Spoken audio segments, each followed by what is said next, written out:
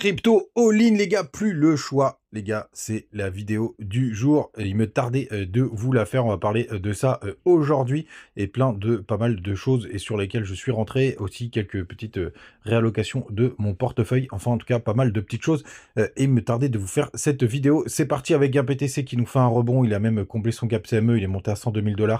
On est à plus 6% ce matin, 99 640. On a Ether aussi qui fait un joli rebond, plus 8%. XRP qui pousse 11%, mais c'est vert sur toute la map, bien évidemment, quand on a des grosses corrections comme ça. Après, la pluie, le beau temps, évidemment. On va voir si c'est surtout si ça tient, mais en moyenne, allez, on est entre 6 et 12% pour les dossiers les plus sérieux comme Ondo, OM, MNT lui aussi qui pousse quasiment 13%, TAO qui pousse un joli 12,7%, et ce matin, c'est GT, que je connais pas du tout, qui est 50e avec plus 4,3%. Les gars, du côté du daily du BTC, pour l'instant, tout simplement, on a été s'amuser avec tout simplement tout le range hein, sur une bougie. On a fait tout le range, hein, c'est aussi simple que ça. On a été chercher, attention, parfaitement la zone de rechargement de short. D'ailleurs, on s'est fait rejeter. Hein, je vous disais d'ailleurs hier que c'était une zone où il fallait faire très attention. Alors pour le coup, vu comment on est dessus, pour moi là pour l'instant, ce sera pas la remontada qui fera la fin du bull run. Mais regardez, on se fait rejeter parfaitement par cette zone de rechargement de short, tout simplement. Donc, tout par rapport au fait, est-ce qu'on peut aller plus bas? Donc, ce qui est un peu embêtant, évidemment, quand on fait des matchs comme ça, c'est possible justement d'aller les retester au moins un middle match. Donc, ça nous ferait aller, pourquoi pas, aux 95 000 $. Mais en tout cas, pour moi, on a pris tous les points d'intérêt. Pour moi, on n'a pas besoin d'aller sous les 89 000. On a tellement nettoyé que pour moi, c'est pas essentiel. Mais pour autant, si on y va, ce sera pas forcément dramatique. Bien évidemment, faut penser quand même, faut parler de cette grosse imbalance weekly qu'on a juste là, donc qui est jusqu'aux 80 000 $. Mais pour moi, c'est pas essentiel d'y aller.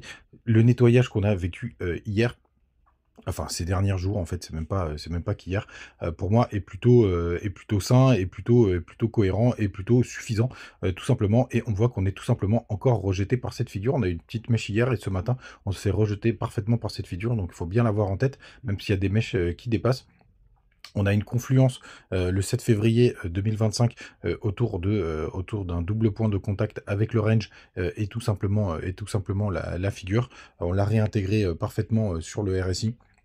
Donc rien de très intéressant, en tout cas à court terme qu'on peut lire sur le BTC, on est toujours dans le range. Hier, il est parti chercher son gap CME, tout simplement. Il a clôturé, donc je l'ai supprimé, non, il est là, je l'ai laissé.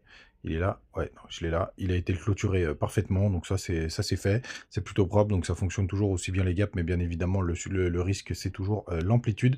On est toujours sur une zone de range assez importante sur les contrats CME futurs. La Bitcoin dominance, c'est hyper intéressant, je vous le partageais sur Twitter hier. En fait, elle a été chercher cette trendline qui date de 2022.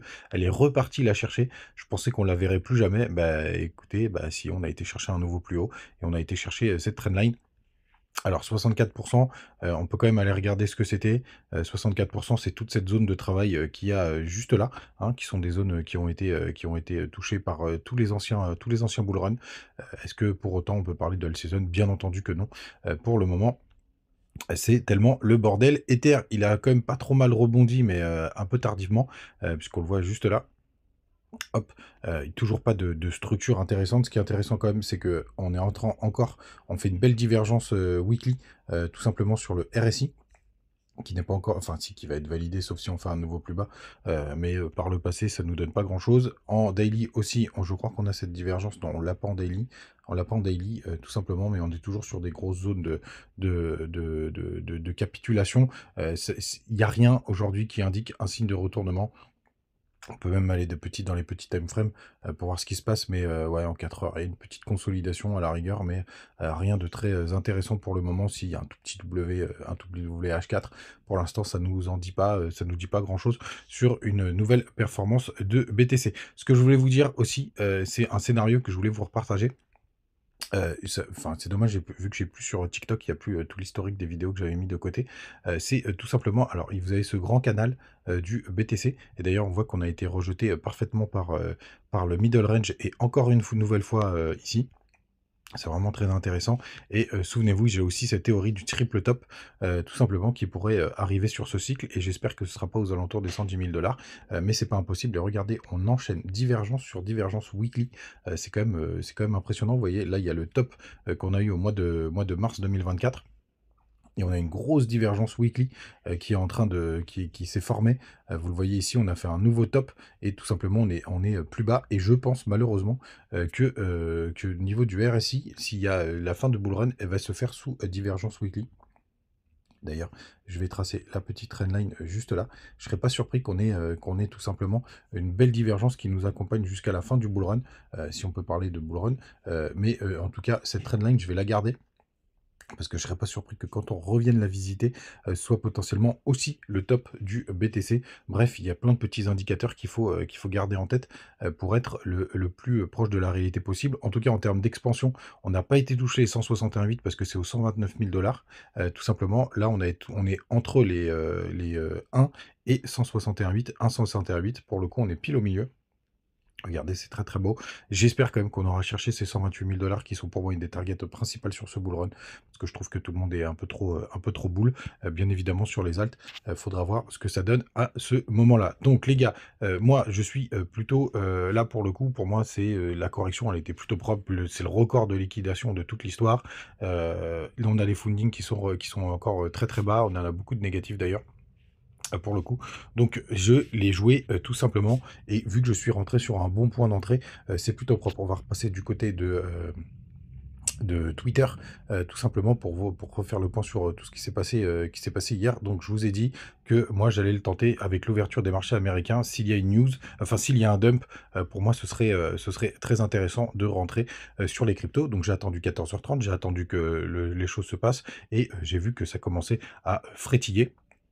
Tout simplement, donc je suis rentré en position sur 3 cryptos. Donc je suis rentré sur TAO. Pour le coup, où est-ce qu'il est mon TAO? Il est là. Je suis rentré sur TAO. Non, ça c'est ETH. Hop, je suis là. Il est là, mon TAO. Je suis rentré dessus. Je suis toujours dedans. Tout simplement, vous voyez, je suis rentré pile sur ce petit pullback juste là, parce que TAO, pour moi, il a pas souffert de diptyque, donc ce matin, c'est toujours en positif, tout va bien.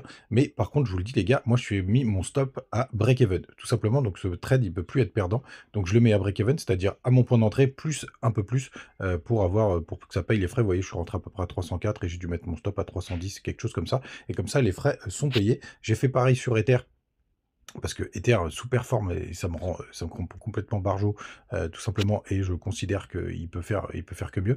Donc ce matin, je suis toujours devant. Pareil, vous voyez, moi, mon stop, bah tiens, il est bien écrit sur BingX. Vous voyez, stop loss, il est à 2580 parce que je suis rentré à 2546. Donc là, c'est des trades où, bah, si je me fais prendre mon stop, c'est des stop profit. Donc rien de dramatique. Et la dernière crypto enfin l'avant-dernière crypto sur laquelle je suis rentré, donc je vous ai partagé hier, c'est Virtual, puisque tout simplement, je considère, j'ai vendu tous mes faits. Je sais que ça va en faire bondir quelques-uns, mais j'ai vendu tous mes faits pour passer sur Virtual. Donc j'ai passé tous mes faits en Virtual. Pourquoi? Parce que pour le coup, il a très mal supporté la news de DeepSeek, alors que c'est pas le cas, par exemple, de TAO. C'est ce que je disais. Et pour le coup, si les news dépendants de tout ce qui se passe du côté de la Chine et des côtés IA Chine, moi, ça me va pas parce que ça veut dire qu'il va être. Enfin, pour le coup, je trouve ça plus intéressant d'aller sur le narratif agent IA où je pense vraiment qu'ils vont remplacer les mêmes coins avec plus de fonda pour le coup. Donc c'est pour ça que je suis rentré dessus et je suis rentré aussi sur Cookie, je l'ai pas là, et j'ai vendu mes Flux et mes TRB.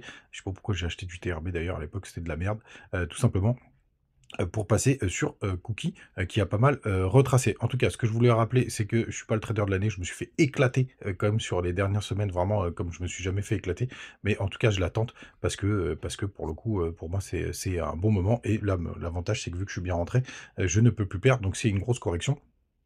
C'est plutôt pas mal et c'est pour ça que c'est l'image du jour. C'est all-in, les gars. Pour moi, là, je tente le tout pour le tout. Pour le coup, on verra bien ce que ça va donner. Hier, le Crypto Fear and Greed, il était à 44, bof, si vous vous rendez compte. Enfin, pour moi, c'était pire que ça, mais on a une grosse correction. Et en général, en bull run, quand vous avez des Crypto Fear and Greed qui tombent dans les 30, 40, 45, pour le coup, c'est des bonnes zones de rechargement. Donc tout simplement, pour moi, ça a été aussi un signal supplémentaire que c'est assez intéressant. Les gars, n'hésitez pas à nous rejoindre du côté de Telegram. Toujours des petites news, des petites infos, et tout ça et vous avez les liens du côté de Mexc, de Bitmart, de Bitget, de BingX. Vous avez aussi crypto.com avec la carte qui marche très bien. Ça permet d'accumuler des crocs, sans, effort et on va aller voir juste si ça fonctionne ce matin. La petite carte des liquidations, à court terme. On voit qu'on a quand même un petit peu de points d'intérêt vers les 97 000 $. Donc grande méfiance, mais pour le coup, c'est tellement nettoyé, que c'est pas non plus, la Bérésina, ce qu'on a ici.